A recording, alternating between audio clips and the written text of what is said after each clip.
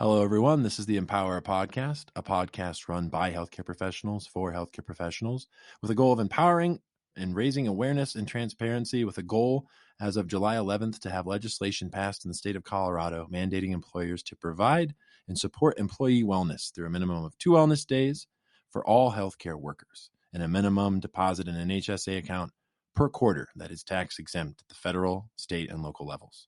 Do you know any healthcare professionals who would benefit from this podcast? If so, please invite them to check it out, especially if they're interested in employer-supported wellness. Our goal is to continue running this podcast with healthcare providers at the helm and behind the scenes. And we're always looking for new voices to join the conversation. So even if your friends are just curious, they can listen on their preferred platform of choice and send feedback to the Empower One email, which is the word empower, then the letter A, the number 1 at proton.me. We've got some nice juicy episodes there to check out of some great people who have come out from all parts of the United States. Thank you again for your support. We couldn't do it without you. Today, our guest is Coco. Hi, Coco. Hi. Coco, how are you, Brett? I'm better than I deserve, and I'm not trying to steal it from Dave Ramsey, but how about yourself? I am excellent. All right. And you're coming to us from? New Jersey. New Jersey. All right. Well, we're encouraging our listeners to share their experiences anonymously. And if you prefer, again, there's that email at empower01@proton.me. Also, we're looking for volunteer team members who can assist with day-to-day functioning and editing. It sounds very, very scary. It's not. The person who's actually put together a guide to help out with simple things like helping us put videos on YouTube. So if you can, make outreach as well for that if you're an open volunteer. The Empower Podcast, again, is available on all platforms, Apple Music, Spotify, YouTube, and it's dedicated to providing up-to-date and accurate information to its listeners. So follow us on your preferred platform of choice to stay informed in this ever-changing landscape of healthcare. So sit back, be yourself no matter what, and get ready to be empowered. All right, Coco, this is a part of the show where we give a big thank you at the beginning to all the healthcare members of the team that help out and everyone in the workplace that's truly making a difference in each and every way that they do. And we truly know who they are. You're number one, and we know who you are. Like I said, we love you very much. Is there anybody special you want to give out to, or just a big shout out here today, Coco? I would like to shout out to all the social workers and who are playing full out and, really being there for the patients, the students, in my case, the students, and the residents of the program. Wow. Thank you. All right. So, Coco, if you could tell our listeners here a little bit about you and your passion for your profession, what it is you do, how you found that passion working within healthcare. So, the area of healthcare that I work in is with youth specifically, but in the mental health and behavioral health areas. The way that I found my passion around mental health is that I actually, dealt with it in my life. And it is something that I realized that I went through in order to really be present to those who are, struggling in their life, and just, I've been resilient, and I'm really living in the present, not the past. So, the fact that I'm able to utilize what I learned and help others, that's really what my passion is about.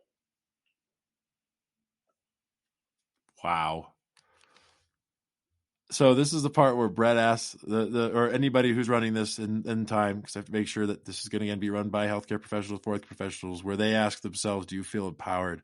by your guest. And I have a definite feeling that I am empowered by you, Coco. So thank you for coming on here and truly making a difference for others. You're welcome. So moving forward, here's the juicy question. What, in your opinion, is happening in healthcare? So specifically around the areas, well, I mean, there's so many things, but um, one of the things that I've seen is inequity around the the patients and um, the care that they're getting based on you know um, who they are and not what their needs are. Um, and a lot of the healthcare professionals have been taught, like, it's not even um, really something that they consciously decided. It's how the system was built. I mean, if you think about, I actually listened to a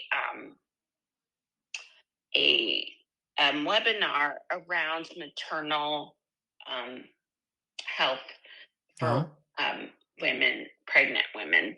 Okay. And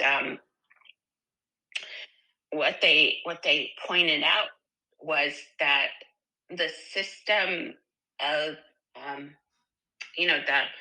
the gynecology was really, if you know the history of it, it was based on a doctor who started um, you know experimenting and things like that on slaves. Mm-hmm. So just the idea that people were treated that way, but that history has been kind of erased, but the attitudes that started that are still pervasive. Oh, So that's really what I see. yeah. That is something to be able to see.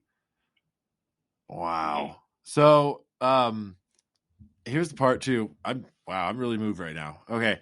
Um, in this, are there any like past or present incidents that maybe you'd like to mention today, or even, and not just around that topic, but many other topic as to maybe what you're thinking is happening in healthcare that occurred, that you'd like to share, or ones that could have maybe been handled better, were handled very well, or weren't handled at all?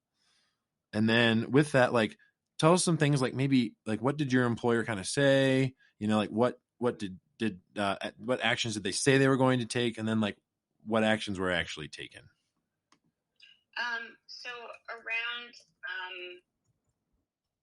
what I've experienced personally in is how I've been undervalued as an employee, and I am in the administrative side of things, and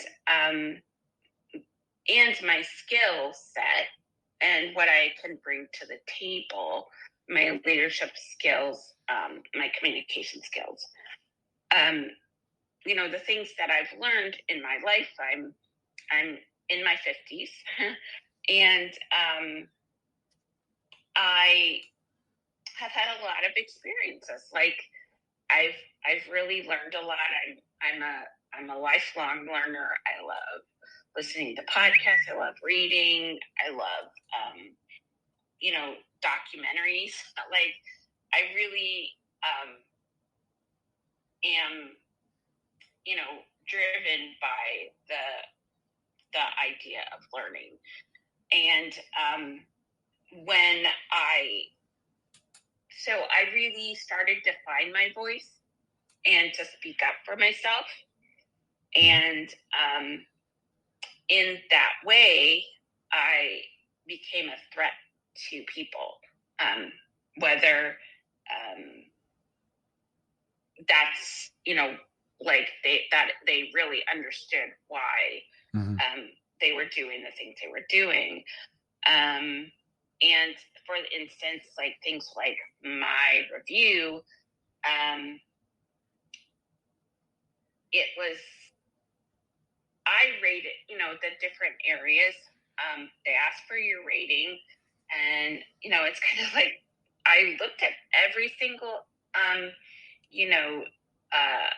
category, and I was honest about it, not like over, blowing who I am. Right. You were genuine. You were authentic, and right? They, set up as their, they have the 5 pillars, and, in all 5 pillars, for instance, compassion.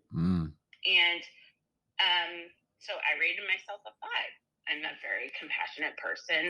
I'm there for people, whether whoever they are. I really care for people. And so when I actually looked at my review as to what they gave me a 3. Okay. They gave you a 3 out of 5. Okay. I'm following you. I get that they get, yeah. Yeah. So in that instance, it's kind of like, oh, yeah, like that is who I am to the core. I'm compassionate. Right. And that's what I show in everything that I do. Yeah. And, that's just one part of it. And, not only was it that they put it that way, they put it all the way across the board. 3. 3? In every area. Yeah. It didn't matter. Like, and of it, they had one negative thing to say. And everything else was positive. Wait. Do you want to share it? The negative thing? Yeah. You can share anything you want on here. This is, as long as let's empower some people. Let them know. Yeah. And if that were to happen again, like what you would do different. The negative thing was my time and being on time. And being who I am, I took responsibility for that. I said, you know what? You're right. And I made huge efforts and actually delivered and did what I said I was going to do. Right. And, just things that I wasn't able to get to, I was able to get to. And in my head, I'm thinking, you know what? They're right. If I, like the way they presented it was, if you actually came in on time, then maybe you could get done the things that you didn't think you could get done. And I said, okay, that sounds like a plan. And that actually worked. And then, in my head, I'm thinking, oh, I'm wrong. They're right. So up until the review situation, I really was, really thinking, I'm wrong, they're right. And then when I saw the review, I said, nope, nope, I'm not average. not even close. And people were like, okay, maybe you should sign it, just suck it up, do it. And I'm like, no. Or try it on. Yeah. And you were like, no, okay. So so what I stood up for myself. I didn't sign it. And then in the process I thought, you know what, I'm gonna put a request into HR. So I did. And then they came back. And when I read it, when you put the request in, they said, oh, it'll take 48 hours. 3 days, heard nothing. 5 days, heard nothing. Nobody reached out to me to say, hey, this is a situation. We really want to get your side. No, not at all. like a week and a half later from when I put it in, I get an email that says, oh, well, you didn't perform to, or no, they said, you know what, you didn't sign it. You have to sign it in order to have your say. It doesn't mean that you're, agreeing to it. It just means that you acknowledge it. Mm. That doesn't make me feel any better, because somewhere I read in, the way that on the review, it said it will not necessarily be construed as you agree with it. Necessarily. I'm about language. Like, that's important to me. Yeah. Mm-hmm. And so when you use the word necessarily, that means not in all cases. So, so really what I got from the whole experience was that I am powerful. And then I lost my power when a family member who I really have great respect for told me, you know what, maybe you should sign it and do, you put down what you feel is what you disagree with and why you disagree with it. And I, at first I was like, no, I don't want to. And, she said, you really, really need to think about it, because it's something that happens all the time. I'm like, wait, this happens to other people in other, other, like healthcare systems or with other employers, right? And, yeah. Okay, I got you. And I'm like, wait, huh? And she was like, yeah, you just have to kind of suck it up and do what you have to do, because if you don't, you look bad. They don't look bad. And so what I really got around this is that I'm not alone. I'm not the only one that's dealing with this. And, people in my, my management actually kind of told on themselves and said, well, your review is locked in for the department. My brain starts working. I am a story maker, so that, everything that I think is not always true. But in this case, I'm thinking, what do you mean for the department? Does that mean that my review, and, there's a certain level that we have to get to, or that we can't go above in numbers? I've heard this similarly. So when I was a CNA back in Ohio, I will never forget, I went into the room with, I mean, interject here, but it's what happened, So I went into the room and I was getting my review done as a student nurse tech. And I'll never forget, the assistant manager at the time, I looked at my reviews too. And I was like, hold on, like, why is none of these a 5? And she said, between you, me, and the wall, no one gets a 5. No one. And I was like, okay, that's funny how you tell me, someone who's still in school, hasn't really even embraced healthcare yet. Oh yeah, between you, me, and the wall, you won't get it. And that's honestly what I took at that time, and that has an impact on your work performance. And you know what? And there's people out there right now that are saying, like, you know what? Fair market pay for fair market work. And it's having a really big influence on just, I think, the healthcare system in general. And yeah. And and the patient experience is the most important part. And you're a part of it too. And we all, it adds up. That's all I have to say. I found out it adds up. So to move forward here. If you don't value people, they don't value the people that they're caring for. And then that's, I mean, if you're not feeling valued, in my opinion too, the body keeps count. Something's going to happen. Something may happen. It's not to be out of fear, but out of awareness. Like, your body's keeping count. So with this, after today, do you want to continue in your current occupation?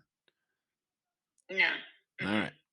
So then with this, what would be an empowering piece of advice for someone maybe looking into going into your line of work specifically, or just healthcare? And these can include like questions to ask like prior to employment, or things to look for on the job, or things to ask in the classroom, to kind Mhm. of help continue to drive through with that passion that, I mean, that you have still to today, I can tell. Yeah.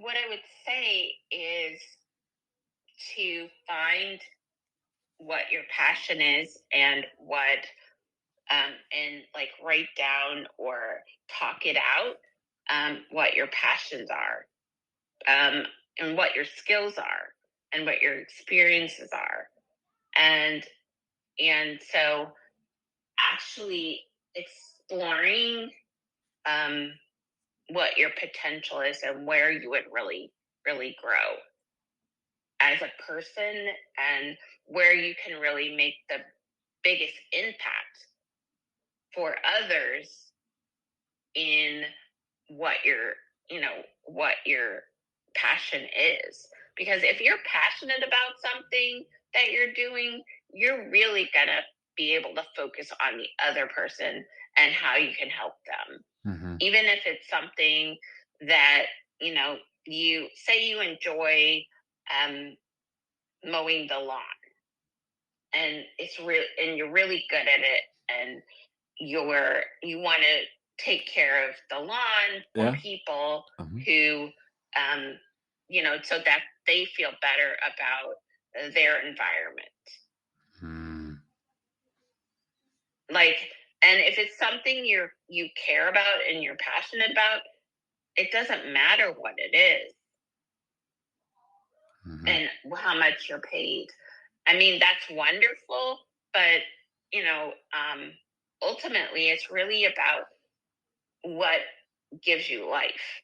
Mm-hmm. And Wow. for me, what gives me life is the idea of not the idea, but the reality that is in my space, is becoming a social worker Mm-hmm. and really having my own, whether it's a retreat center or, um, really being in the area of social work and utilizing a holistic approach. Because I think one of the the problems of the healthcare system is that they're really focusing on what happens after people are, already at a point where there's no way to reverse it. Mm-hmm. Whatever is done So is done. Yeah. Wow. instead of focusing on, like, how can a person live a healthier life, Mm-hmm. it doesn't mean that they're going to eat always the perfect thing or Right. always be, you know, exercising the way they should. But how can they live their best life? And, I one of the things I've learned, um, is that the people who, um, whoever's in power, um, holds that power based on things like who is in charge of the food source. Mm-hmm. Because when you go to the grocery store, there are a few large companies that actually are, in control of what you eat. Mm-hmm. And they use chemicals, they use things that are not natural. And we're really in a place where The system is basing off we're of that kind of availability to those resources, would you say? No? say that That, again. that those are the resources that people are to work with, but yet it doesn't seem those resources are what is working, right? Or what Correct. works. Okay. And Hmm. then the And availability to that, right? a lot Okay. of the health issues that are happening, a lot of the issues with children, um, and their ability to focus and be in school, um, their, mental health based on, they don't think that they're smart enough. So they, and it's real. It's really based on, what they're fed, Mm-hmm. and what they have Full access circle, to. right? It's So, all part of the process, huh? The hmm educational process, because so you're talking more around yeah, education yeah, be one, but even the healthcare process too is another one, right? Because there's still the hmm supply of. I get what you're saying now. I feel I get it. Yeah. Wow. yeah. That's an empowering piece of Oh advice my for gosh, others to sorry. think to teach. The dogs. But you're fine. This is the first time we've actually had dogs on the Empower podcast. Just so everybody knows, we do love dogs. We love cats too, animals and beings in general. So definitely. And Coco, you didn't say you were going to have a special guest or special guests on here, so that's a total violation of being on the podcast. Totally kidding. To a whole different side of the house and That's so great. Well, Coco, I want to thank you very much for not only your time, but your sense of being within healthcare and wanting to share that with others. Because being in that sense of where you are now, it didn't come overnight. And with that, this is the part of the show where we end. If you're sorry, is there anything else you'd like to say before the end of the show? I'm sorry. Oh no, I Okay. think I shared plenty. You did, and thank you. And we'd love to have you back on the show too in the future if you're able to. Because to hear you said you may be looking at potential other areas of employment. Love to follow your journey too. That's one thing too we could do. But this is the part where we go ahead and we close with an empowering quote. Today's quote is by Martin Luther King Jr., and it is, "Our lives begin to end the day we become silent about things that matter." This is the Empower podcast. Thank you all for listening. If you're heading in for your shift, hope you have a smooth shift. It'll be over soon. And if you're about to go to bed or you're just going in for your shift, blink your eyes. It'll be over soon. Thank you for all you do. And thank you, Coco, for coming on. Thank you, Brett. All right. Bye for now, folks.